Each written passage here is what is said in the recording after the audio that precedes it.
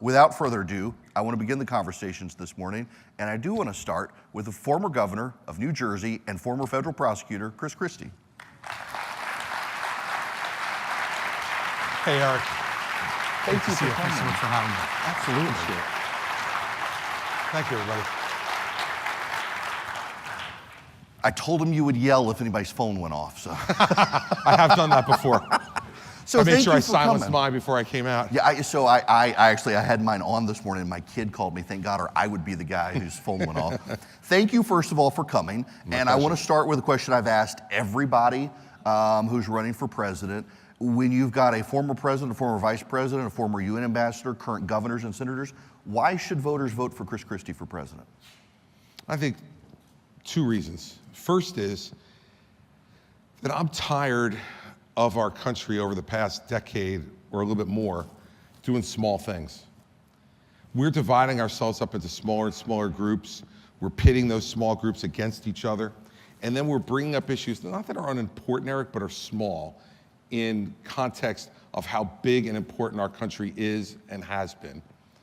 And I'm not interested in doing that. There are too many huge problems for us to deal with of consequence that I want to take on and I'm willing to talk about now as president. You know, first is education. When 1 of every 3 children in this country does not read at grade level, that is a crisis, everybody. It's a crisis. And we have been absolutely dominated by the teachers' unions in this country. And if you didn't know it before, and I've been fighting this, as you know, since 2009 in my state, but if you didn't know it before, you saw it during COVID. Those unions put those kids and their families clearly second to their own parochial concerns. And that's added to that 1 in 3 number. We need to revolutionize what we're doing in education. And I'm going to give a speech on this after Labor Day, but we're going to go for educational freedom in the extreme. I want every family in this country to have an educational freedom account. We spend $800 billion a year in this country on K-12 education. And we're getting mediocre results despite that money. I want every parent in this country to decide where their kids go to school. You have a great public school, send them to the great public school if that's what you want. If it's not, if it doesn't support the values you want or give the kind of education you want, find a good private school or a parochial school, a Renaissance school, a charter school. But parents should be making these choices, Eric. And to me, that's one of the biggest issues that this country has to confront over the course of the next decade, or otherwise, we are going to have an uneducated populace, which is awful for our competition around the world, but also awful for our democracy. Because an uneducated populace can't be an active participant in our democracy and in governing ourselves. Second, we have a political problem that needs to be solved by someone serious, and that is our government spending. Our government spending is completely out of control. It was out of control under Obama. It was out of control under Trump, and it's even more out of control under Biden. It created this inflation that is damaging every family in this country and has been for the last year and a half. And I dealt with this when I was in New Jersey. When I became governor, I had an $11 billion deficit on a $29 billion budget. And every Democrat, I had a Democratic legislature, every Democrat thought, we got him, he's gonna have to raise taxes. It's the only way to solve this problem that we created for him, by the way, by all their crazy spending before I got there. And instead, we sat down and went line by line through the budget, literally, not just the rhetorical. And we eliminated 863 programs. And we balanced the budget without raising taxes and kept it in balance for the next 8 years. Now, when I did that, my popularity numbers went down because every one of those programs has a constituency. But you have to be willing to give those numbers up for something of consequence. And bringing our state and its budget into balance and not raising taxes on some of the most overtaxed people in America to begin with was incredibly important to me. Third, crime. As Eric mentioned in the introduction, I was the U.S. Attorney in New Jersey, which is the 5th largest U.S. Attorney's office in the country, for 7 years. And I know how to run a prosecuting office, and I know how to pick people to run them. And when you have the violent crime we have in cities throughout this country right now, it is decaying those great cities. And a great country without great cities will not be a great country for long. When you think about the business, the entertainment, the culture, and the education that happens in big cities, if we let that go and people won't go to these cities anymore, it's unacceptable. And it's unacceptable morally to me that people are afraid to walk the streets, to go to the supermarket, to go and pick up their dry cleaning because they're scared. And so if these liberal prosecutors in these cities are unwilling to prosecute this crime, which they are, I will appoint an attorney general, and my first instruction to him or her will be, the federal government will prosecute those violent crimes in those cities until the cities wake up and do it themselves. And we'll have plenty of room in federal jail for those violent criminals. Because if we don't clean that part up and have law and order in this country, it absolutely undercuts the social fabric that we have with each other. And fourth, and final, because I know, I do not believe that America can continue to be the great country that it is by filling the moat and pulling up the drawbridge. We have to engage positively with the rest of the world. The thing that's made our country different and stronger throughout its history are two things: our freedom and liberty at home and our friendships around the world. Countries like India, Vietnam, folks in Eastern Europe want to be friends with us because they know that we're not trying to impose anything upon them. We just want them to enjoy freedom and liberty the way we do and a great economy the way we do. But if we don't stand up for our friends, Eric, what's going to happen is they will be friends with China and Russia and North Korea and Iran, because they're smaller and they need to be friends with someone. I want them to be friends with us, because that's what's always made us different. And I want to stand up for those things in the world that matter. 2 weeks ago, yesterday, I was in Ukraine. And I will tell you, for certain, everybody, this is not a territorial dispute. What they're doing, the Russian army, under the direction of Vladimir Putin, is barbaric. I went to the city of Bucha. I walked with the mayor through streets where he showed me the homes where the Russian soldiers went in, pulled the men from those homes while they were alive, gouged out their eyes, cut off their ears, then tied their hands behind their back and shot them in the back of the head in front of the rest of their family, and then went into those homes and raped all the women that were in those homes. Now, America will not permit that, nor should we permit that to be happening in the world to a friend who's a democratic country. Second on that is this. This is a proxy war against China, everybody. China is funding the Russian effort by buying their oil. China is coordinating the obtaining of sophisticated weapons, not only from China, but from North Korea and Iran, for the Russians. And I have to tell you something. We have folks in this race who have called Vladimir Putin brilliant, a great leader, and just yesterday, Donald Trump called him that he was the apple of Putin's eye. I have to tell you the truth. I don't want to be the apple of Vladimir Putin's eye. I don't. I'm telling you that right now. I don't want to be. And so a Christie administration would stand up for our friends around the world and work with them. We would expect friendship in return. But those are big things, consequential things. And I don't think you hear a lot of other people talking about those things in this race. And when I couldn't hear anybody talking about America, that's why I got in. Because we have to have those conversations as a country, and we have to move on to someone who's actually done this and knows how to do it. And that matters too. And we've seen that with Barack Obama, someone who had no idea how to run the government. And we see it now with Joe Biden, who doesn't remember how to run the government. So I want to go back to your first point, because I remember when you became governor of New Jersey, and there was first the rah-rah celebration, Republicans have won in New Jersey, and we're like, yeah, but what sort of Republican? And you immediately started fights with the teachers' unions in New Jersey because the schools were so far behind. And everybody, myself included, kind of perked up and like, oh, this guy kind of gets it. The teachers unions hated you, yes, and yet you were able to put points on the board in New Jersey. And we see this situation now with Randy Weingarten and others now trying to gaslight everyone and saying, well, it wasn't the teachers unions who wanted schools shut down during COVID. It was the Trump administration. It was the Republicans who wanted to shut schools down. Complete baloney, and you know that. Look, we saw it. She was writing the plan inside the White House because they now have a teachers union member who goes to bed every night with the President of the United States. That's a pretty good lobbyist to have, everybody, let me tell you.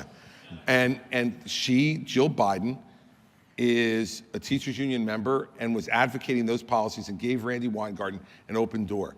Now in New Jersey, as you just mentioned, we opened more charter schools in New Jersey during my 8 years than any governor in the state's history, and those charter schools are still open. We established Renaissance schools, which were partnership schools with private sector. The private sector would come in and fund the building of those schools. And they did it on a charitable basis because they cared so much about education. And in the city of Camden, where we had 6 of the 10 lowest performing schools in our state in one small city, a mile square, what we did was took over the school system there, the governor did. We came in, we got private sector partners, they built Renaissance schools. What's happened in the 10 years since we did that? In the 10 years since we did that, the reading scores have gone up over 65% for those kids, and the math scores have gone up over 50%. We are changing lives. Those are kids who are now going to be able to be functional citizens in every way, economically, politically, and as leaders of their families. That's going to be a great thing. And as far as Randy Weingarten goes, and she'll hate to admit this, but we so badly beat down the popularity of the teachers union. When I got there, we did a poll. The popularity of the teachers union was at 78% in New Jersey. By the time I got done with my first year, their popularity was 38. And how did I do it? I went around the state and did town halls all over the state and asked them some very simple questions. Do you pay for your health insurance? Everybody in the room would raise their hand. I go, not only do you pay for yours, you pay for 100% of every teacher's health insurance in this state. Do you have a pension that will pay you enough in the first 2 years of your retirement that you will have exhausted everything you contributed to it, and then for the rest of your life, the taxpayers pay for it? No hands went up. I said, you do that. I said, now listen, I'm okay with providing health care and pension to people, but it's got to be fair, and they've got to contribute to it too, and they've got to do their jobs. And I just would not stand by and allow it to happen. So finally, in the city of Newark, which was also a terrible place for education, I got Randy Weingarten to voluntarily agree to merit pay for teachers. We're still to this day paying teachers who perform better in Newark more than the other ones. That's another step towards getting teachers to be competitive and want to do better because we give them a financial incentive. We're a capitalist country, for God's sake. Everybody should be incentivized by being paid more for doing better. And those are the things we did, and that's why I think I'm best positioned to revolutionize this across the country and use federal dollars and the bully pulpit to urge states that don't want to do it to get in the game. Because otherwise, there's going to be a parental revolt in this country about kids who are being underserved by an education system that we pay a king's ransom for. You mentioned crime. I don't want to talk about that RICO case. I want to talk about another RICO case. I know you know RICO. Mm-hmm. We have a situation here in Atlanta, for those of you not from the state, it's a police training facility. The Antifa members have come in and taken over the land. We know they're being funded just based on their own statements by outside nonprofits, one of which Stacey Abrams is on the board. They have firebombed a youth facility in the city. They firebombed businesses. They firebombed a fire department. They have shot at police officers. They've booby-trapped trees. It is stunning to me that in a day and age when the Biden administration says we need better trained police, the city of Atlanta is committed to building a police training facility. Antifa activists are shutting it down, and there is, to my knowledge, no federal investigation at all into the coordinated effort. Somebody's got to be paying the living expenses of these kids from New Jersey and New York and Washington State who've come down. Of the 50 people who've been arrested, 2 are from Georgia. Look, this is why we need an attorney general who will do 3 things with every matter that comes before him or her: to prosecute matters without fear, without favor, and without partisanship. And folks in New Jersey will tell you, I spent 7 years as the US attorney right before I became governor. So I had a lot of opinions about prosecution and a lot of experience at it. When I became governor, I appointed an attorney general and I got out of her way. And what I said to her was, don't call me about any criminal case. I don't want to know. I used to hate when politicians, when I was US attorney, used to comment on the investigations I was doing because I knew they didn't know what the hell they were talking about. And the best thing, by the way, about being US attorney, the way I did it was, he's asking me this all the time, what's the best part of being US attorney? I said, the best part is only I know what I know. And that's an advantage. And that's an advantage we have to bring back. These prosecutions should be confidential. They should be done without fear, favor, or partisanship. And something like this that's going on in Georgia, the US attorney in Atlanta should be all over this. This is multi-jurisdictional in terms of the people who are perpetrating these acts. This is what the federal prosecuting system was made to deal with. And absolutely, it seems to me, and I don't know every fact, but the way you're presenting it to me, RICO seems particularly appropriate in that circumstance, given that you obviously have an organization here that's racketeering and is corrupt. And that's what RICO stands for, everybody. And so we need to be more aggressive about this. And look, the best example I can give you about, as an elected official, how I'd be with law enforcement was, we'll go back to the city of Camden.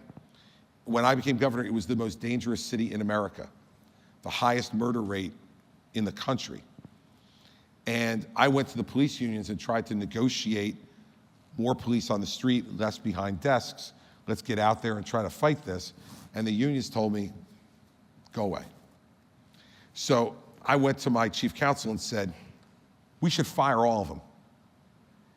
He said, well, what are you talking about, Governor? I said, fire the entire police department. He said, on what basis? I said, they suck. That's what basis. It's the most dangerous city in America. Their job is to make it less dangerous, and they're obviously failing. So they went back and looked at the laws, and they came back to me and they said, well, you probably have a 50-50 shot to win if you fire all of them at once. I went to the county, which is also controlled by Democrats, and I said to the county government, I'm willing to do this, and to the mayor, I'm willing to do this, I'm willing to take it on, I'm willing to pay for it. But county, you need to develop a new county police department with a metro division that will police Camden, and I will negotiate the contract for how we do it with them. I'll pay for it, negotiate it, if you let me do it, and support me, Democrats. They looked at me and said, Governor, if you have the guts to do that, we're with you. We fired them, the entire 320 members, all of them. We established a new police department for the same amount of money, Eric, that we were spending on the 320. We got 450 new police officers. We trained them in community policing and violence de-escalation. And now, 11 years later, the murder rate in Camden is down 75%. And when George Floyd happened, in a city like Camden, which is 95% black and brown, there were no riots, there was no violence, and the protest march was led by the African-American pastor of the largest Baptist church in Camden and by the white Polish-American police chief. They stood at the front of the parade and marched to protest against that type of violence. If you know what you're doing and you have some guts, you can do this, but it's more than just talk, everybody. You gotta know how to do it. And we haven't had a president, in my view, since 2008, who's actually known what they're doing. And it matters. It's not fun time anymore. We've got to elect somebody who knows how to use the levers of government to get things done and who is unafraid to both confront the other side and then cooperate with the other side. Because if we don't do both, we'll continue in stalemate and we'll continue to just drift. Let's move into some foreign policy. When I had you on my radio show a while back, we spent a lot of time talking about China, and it comes up with this crowd, but in particular, the top issue when I asked people to submit questions for everyone, and it was questions for you and literally for everyone, was our military preparedness to confront China. And there is, as this come up in some of the conversations we've had on stage, you have the Biden administration telling everyone who can hear that we're out of bullets, we don't have enough missiles, and there is this real concern. But as a corollary to that, it also feels like a lot of our politicians on both sides of the aisle are trying to cash in on the system and get out before China becomes dominant. The rat's fleeing the ship, so to speak, not trying to save it. I mean, if you would just talk about your perspective on that. Look, I think you need to know the specifics on this to really be able to talk about it. Where we are most desperately underprepared is in our Navy. We do not have the number of ships we need to have. We do not have the number of submarines we need to have, and they are not modernized to the extent that they can be. The great advantage that the American military has had against China has been our nuclear submarines. They're quiet. They don't know if they're there or they're not there. They are and they can deliver both nuclear and non-nuclear lethal blows to an opponent. And we have allowed, since Barack Obama, we have allowed that submarine force to deteriorate. We need to reinvest in it because now we're not looking at a land war in Russia anymore. The Russian army has shown their inability to beat Ukraine. I don't think they're looking to pick a fight with us tomorrow. It's China. And the way we're going to deter China from being aggressive in Asia is to have those submarines deployed and those ships deployed in the South China Sea and have them be an effective deterrent to Chinese aggression, to convince the Chinese that the juice is not worth the squeeze if you decide you want to be aggressive. And let me be clear, I'm not giving away Taiwan to China. Not now, not 5 years from now, not 10 years from now. And it's not about an economic deal. Yes, it matters that they produce a great number, 2/3 of the semiconductors in the world, and that's important strategically and economically. But it's not just that. We need to stand up for people who want freedom. And if we let the Chinese do that kind of domination game because we're unprepared or unwilling to deter them, then they will not stop there. And we've seen this act before. And so that's one area where we need to do better. We also need to modernize our Air Force. And this is where Boeing needs to be held to account. You know, they have not done a good enough job. They are way behind on the next stuff that's already been authorized, the next class of fighter jets. They are way behind on that. And you know, they're not getting any penalty for being way behind. I'm fine to partner with the private sector. We must in order to do it. We have the greatest private sector in the world. But when they fail, and sometimes they do, there needs to be penalties for that failure. It can't just be an open, taxpayer checkbook. We pay you if you give us what we ordered, and we pay you if you don't. Well, that's not the way it works in my world, and I'm sure it's not the way it works in yours. And so we have to get better in terms of our procurement. We need a Secretary of Defense who is smart, experienced, and tough. And there's a few good candidates on our side of the aisle. That would be a Christie Secretary of Defense, who I would say go over and do two things. I will give you the money to modernize your forces if in return you show me that you're having accountability for procurement and we're getting what we paid for. I'll pay for it, but I will only pay for it if I get it. And then we can use it as a deterrent with China. So I'd say those are the things. Our naval forces, both our ships and our submarines, and we need to modernize our fighter aircraft. Do you think there's a sentiment in Washington, probably bipartisan, that well, China's on the rise and we can't stop them, so let's just get rich off the system beforehand? Yeah, I think there is, and that's because most of them are stupid. That works. Okay? They read only what their staff puts in front of them, And because they've never had to run anything, everybody, remember, God loves members of the House and Senate. They play an important role in a branch of our government that needs to be there for accountability and oversight and to be responsive to the will of the people every 2 years or every 6. I'm not calling for the abolishment of Congress. But what I am saying is they don't know how to run anything. The only thing they've ever run is a congressional office or a Senate office. You know, when you're a governor, I had 60,000 employees in New Jersey. And people used to ask me, what's the scariest part of being governor?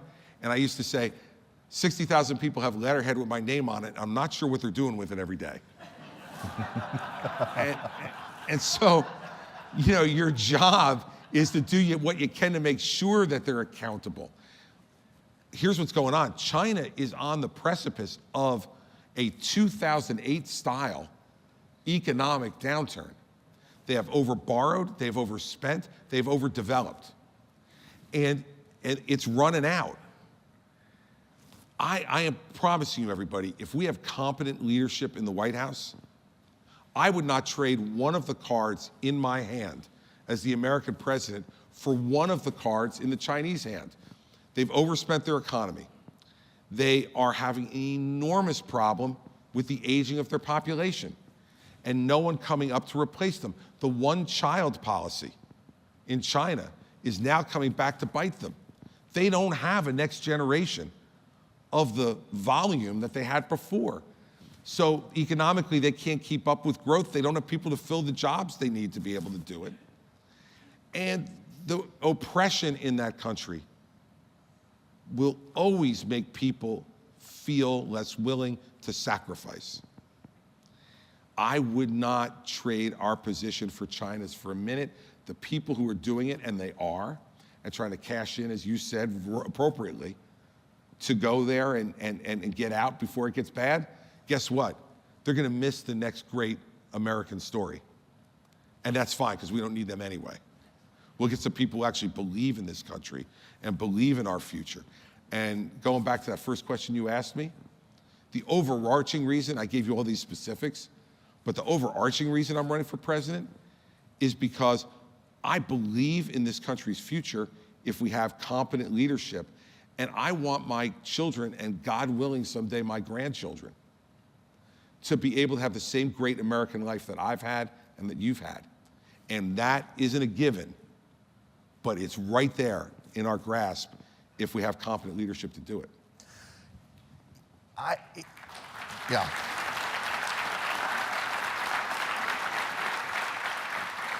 I've had this sneaking suspicion that, you know, Ronald Reagan knew the situation of the Soviet Union was perfectly willing to bankrupt them. And it's like China has thought they could do that to us. And it seems like they were on the verge of success, except as you mentioned, and there have been very few people to point out these stories that have come out lately that the Chinese economists are no longer allowed to talk about the Chinese economy. Their stocks are no longer allowed to be sold for financial businesses in the last week. Youth unemployment is no longer revealed in China as of last week. It seems like they tried to bankrupt us, and they've come close, but yet they've done it to themselves. But on our side, we do have $32 trillion in debt, and it's about to exceed GDP. That's why I said what I said about spending. Now look, when I was in the race in 2016, we had a candidate who said, I'll balance the budget in 4 years. Let me promise you right now, I'm not balancing the budget in 4 years. The hole is too big to be able to do it.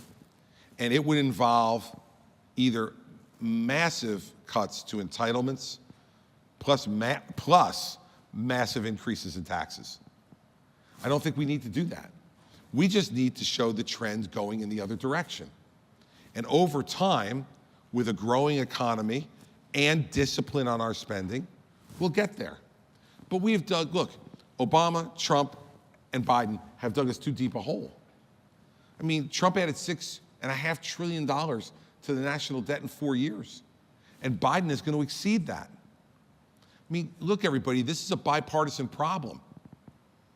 We had a Republican Congress for the first 2 years of the Trump administration, and we didn't do it. And so we've got to come to grips with that and understand what that means. And so, yeah, we do have a big problem with that debt. But we can turn it around different than the Chinese for two reasons. Because we're going to continue to grow this country from a population perspective. And we're going to have workers there that are available to fill those jobs. And secondly, an absolutely free society knows these things. We know we have $32 trillion in debt. We know when we have difficult times in our economy. We know when the Washington swamp is being fed.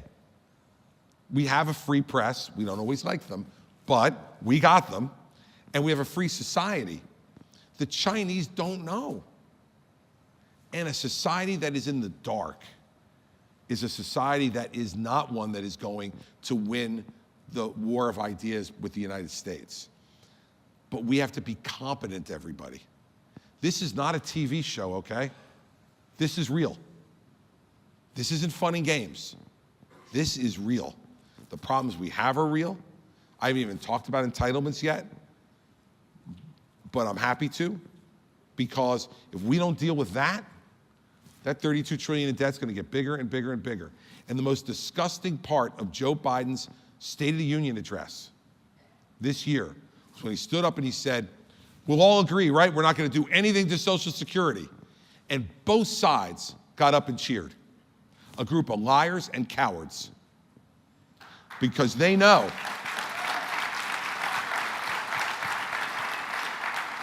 that in 10 years, Medicare will be bankrupt, and in 11 years, Social Security will be bankrupt. And what the law that Ronald Reagan passed 40 years ago requires is, if that happens, it is an immediate 25% cut in benefits in Social Security and in Medicare. I think it's 26% in Medicare. I want you to imagine, for those of you who are on Social Security right now and depend on it, and for those of you who are looking towards it, what it'd be like to cut that benefit 25% in one fell swoop. There would be people in this country who wouldn't be able to pay their rent or their mortgage, wouldn't be able to buy food, wouldn't be able to heat their homes. Cataclysmic stuff. So we got to have this conversation. And other than me, nobody in this race is willing to talk about it. It's ridiculous. And so the difference between us and China is we will be able to talk about it. And in China, the next time that the citizen of China will know about this will be when the anvil drops on their head. And that's not the kind of society we want to have, and it's not the kind of society we want dominating the rest of the world. So I can be rather dense and I don't get subtlety, but I can take a hint. Let's talk about entitlements. This is why he has a top-rated program, everybody. So on that issue, though, I remember during the Bush administration, in 2005, he gets reelected. He immediately says, we've got to begin to do something about entitlement reform in the country. It's going to bankrupt us. Republicans and Democrats both freak out. If we had implemented his plan in 2005, the rates of returns for Social Security recipients today who are retiring would be more than double what they are right now. And we didn't do it. Very much like the whole, well, we shouldn't drill in Anwar because it'll take 10 years to get the oil, if only we had started 10 years ago. It's amazing how Congress works. What is your idea for reassuring current or near-to-be retirees while also looking to the future? Look, I think what President Bush proposed was brilliant, but turned out to be politically too ambitious. And the country heard partial privatization of Social Security, and they freaked out. And not only did Democrats reflexively oppose it, but Republicans got scared by it. So let's put that off to the side for a moment. And let's talk about under the structure we have now. There are three levers to this, everybody. Eligibility, right? There is age and taxes. Those are the three things. There's nothing else. There's no kabuki magic to this. And so I don't think taxes should be on the table, because I think that our taxes are already too high. And I don't think we've done nearly enough to try to be inventive on the other two, to come back to the American people and say, take the cap off Social Security taxes, increase the rate. I'm not for those things. But let's say I have a son, my oldest, who is about to turn 30 in 6 days. I can't believe I'm gonna have a 30-year-old kid, but I'm going to. And if I say to him now, Andrew, we're raising the eligibility age for Social Security. And I say to his 40-year-old coworker, for you and you, mid-40s and lower, we're raising the eligibility age for Social Security. If they can't plan over the next 30 to 35 years for that eventuality, they got bigger problems than raising the Social Security age. We can't do it to people in their 50s, 60s, or 70s. It's too late for them to appropriately plan. But we can make real savings over the long term by playing with the eligibility age, but for younger people, so they have time to plan, to establish an IRA for themselves if they don't already have one, to put more money in their 401k plan if their employer provides it. But we give them time for that. And then I think we have to look at means testing. I mean, look, let's start here. I think we'd all agree with this. I'm sure he's collecting it, but Warren Buffett does not need Social Security, right? He doesn't. Mark Zuckerberg, Elon Musk, Jamie Dimon, they don't need it. So maybe we can start there so no one is offended, okay? All the way up there. And then let's start having the discussion to work our way down. How much accumulated wealth can you have where the government is right to say to you, are you willing to sacrifice some or all of your Social Security to help the person who needs it the most? We ask people to do that all the time in taxes, right, Eric? I mean, look, I have, God willing, I never will be, nor have I ever been someone who needed to have food stamps. But I pay for them every year in my taxes. There are lots of things, because people yell at me, I paid in, I want my damn money back. You pay for lots of stuff you don't get your money back for, right? You pay for food stamps, you pay for education that maybe your children don't access. You pay for a lot of stuff that the government provides because we say, as a society, on the social side, we want a social safety net for those who have gone on tough times. And we also want certain things available from an education perspective that maybe we or our children won't access, but we know is good for our country's future. So I think that argument is a little fallacious. And so I think we have to look at those things. And that's going to be an ugly conversation, everybody, but it's akin to what I was saying earlier when I eliminated those 863 programs. If you're president of the United States, you've got to be willing to sacrifice some of your popularity in return for doing something of consequence. And I can tell you this, I used to say to my folks all the time, my popularity numbers in New Jersey, believe it or not, at one point got up as high as 75%. And they always get nervous, the staff would get nervous, like, don't do anything. Things are really good, don't do anything. And I'm like, look, I'm not taking these popularity ratings and framing them and hanging them on my wall. I want to spend them. This is the time to do tough things. And for a president, it's going to be right after you get elected. You're probably never going to be more popular than that moment. And that's the moment where you have to take risk. And it'll be political risk that comes in. President Bush learned that in 2005. But I think we have to do this because otherwise it's a 25% cut in 11 years. And I don't want to do that to folks who have no other way to support themselves. So those are the things we need to talk about. And we need to have an honest conversation about it. And the only person who can lead that honest conversation in our system is the President of the United States. That's it. And you got to be willing to take the risk. And I'll end with this. I used to get accused of this all the time. In New Jersey, when I would do these things, the press would say, you're governing like you only want to be a one-termer. Talk about this stuff. And I'd say, I got to tell you the truth. I don't really care. And they'd say, oh, come on. Every politician cares. I'm like, no, you don't understand. I don't care because I already get the portrait. Right? I already get, like, they're going to paint a portrait of me and hang it in the State House forever. My grandkids are going to come after I am long on the farm and go, Grandpa wasn't always senile. Look at, he actually did something. Look at this. All we're arguing about is the little brass plaque. Does it say 4 years or 8 years? I am not going to sell my soul for 4 more years on the little brass plaque. I get elected president of the United States, I'm getting the portrait. It's going to hang in the White House. And what I prefer you to say when I'm done, whether it's 4 years or 8 years, is, man, he had guts and he did real things. And if I get that after 4 years, you know, I'll be just fine. I'll figure something out. And that's what we got to start doing again. And you know, the last time we did this, Eric, was my first vote. My first vote, I turned 18 in September of 1980. And my first vote in my dorm room at the University of Delaware was for Ronald Reagan. When we had problems like this in the late 70s, and a president who seemed completely lost, does it sound familiar?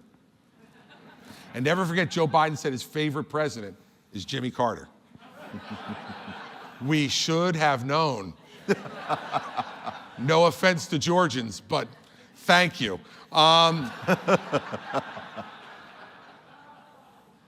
We went to a conservative governor from a blue state.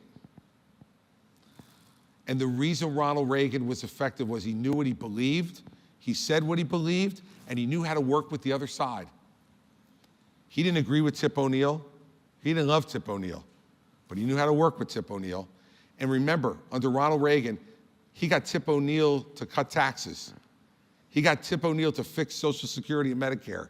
He got Tip O'Neill to work on immigration. He got Tip O'Neill to increase defense spending. Think about that. We need someone who knows how to do that again, and I did it for 8 years. I had a Democratic legislature every minute of every day of my time as governor. I spent more time with people I couldn't stand than I can count. But they got elected too, and my job as governor was to make it work, and if you send me to Washington, that's going to be my job as president also. No excuses, make it work.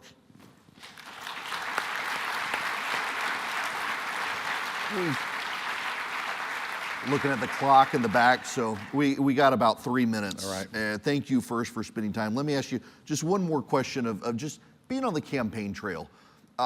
The way the media has characterized you on the campaign trail, and it's one reason I specifically didn't want to ask any of you, particularly you, about the former president, is you only hear about Chris Christie on the campaign trail if he says something about the former president. Do you get frustrated with the process of just how you must run for president now? This is the most refreshing interview I've had in the campaign so far, because the first 6 questions were not about Trump. Thank you.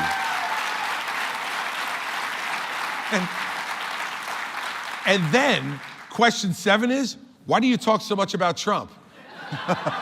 Like, well, hell, man, I try to answer your questions, right? I'm not one of those politicians who hears Erick's question, and I hope you can tell that from this morning, and then answers the question with my stump speech. I got one. I'm not giving it to you this morning. That's not what we're here for. I'm not frustrated by the process. Like, that's children complain about that. I answer when I'm asked. And if I'm asked about it, I'm happy to talk about it. But if I'm not asked about it, I have plenty of ideas, as you could tell, about what I want our future to be. More ideas than most people you'll hear in this race. And I actually know how to do it, as opposed to some of the other folks who you have heard from and will hear from. So I'm not frustrated at all. I am so happy. I got to tell you, I'm having a second chance to run for president. Let me tell you guys, my dad served in the Army during the Korean War. His father passed away while he was there. He came home. The family had no money. He went to work at the Breyers ice cream plant in Newark, New Jersey. And it was only because there was a guy next to him at that plant who said, "You're too smart for this. Why don't you go to college?" He said, "I don't need money for college." He goes, "Dummy, you're in the Army. You have the GI Bill. Go a little bit at a time." My dad went for 6 years at night to Rutgers in Newark to become the first person in our family to ever get a college degree. My mom never went to college. She worked as a receptionist in an office for most of her life because we needed the money. And I know my dad, who's 90 years old and probably watching, because he watches everything. And my mom, who passed nearly 20 years ago, I know is watching from up there. They can't believe that their oldest son has gotten a chance to run for president of the United States, not once, but twice. And so there's no reason for me to be angry or frustrated. I'm not.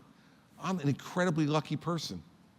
And I'm happy every day I'm out on the campaign trail. Now, there are times I get asked questions, Eric, when, and you'll see me respond, and I'll get angry. But that's natural, that's human. But overall, I'm really happy, Eric, and I think I've got something to say in this race, and not only about the former president. I got plenty to say. You'll see all that. You've seen it. I'm not breaking new ground this morning. But I do think this. The truth matters. It is not negotiable. It's not. And character matters.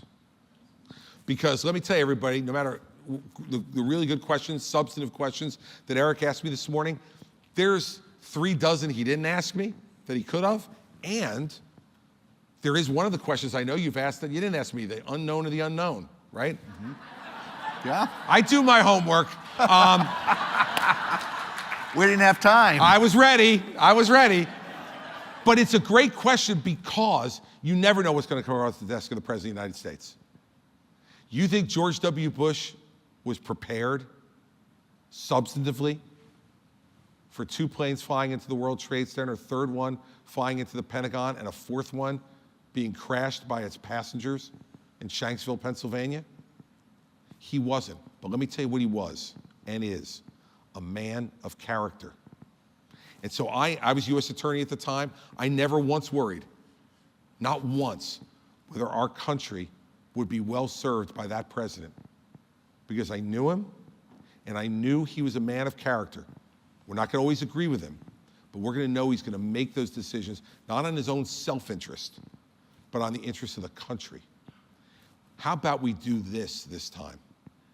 We nominate someone who we know in our hearts will put the country first and not their self-interest first, will put your children and grandchildren ahead of their own children and grandchildren.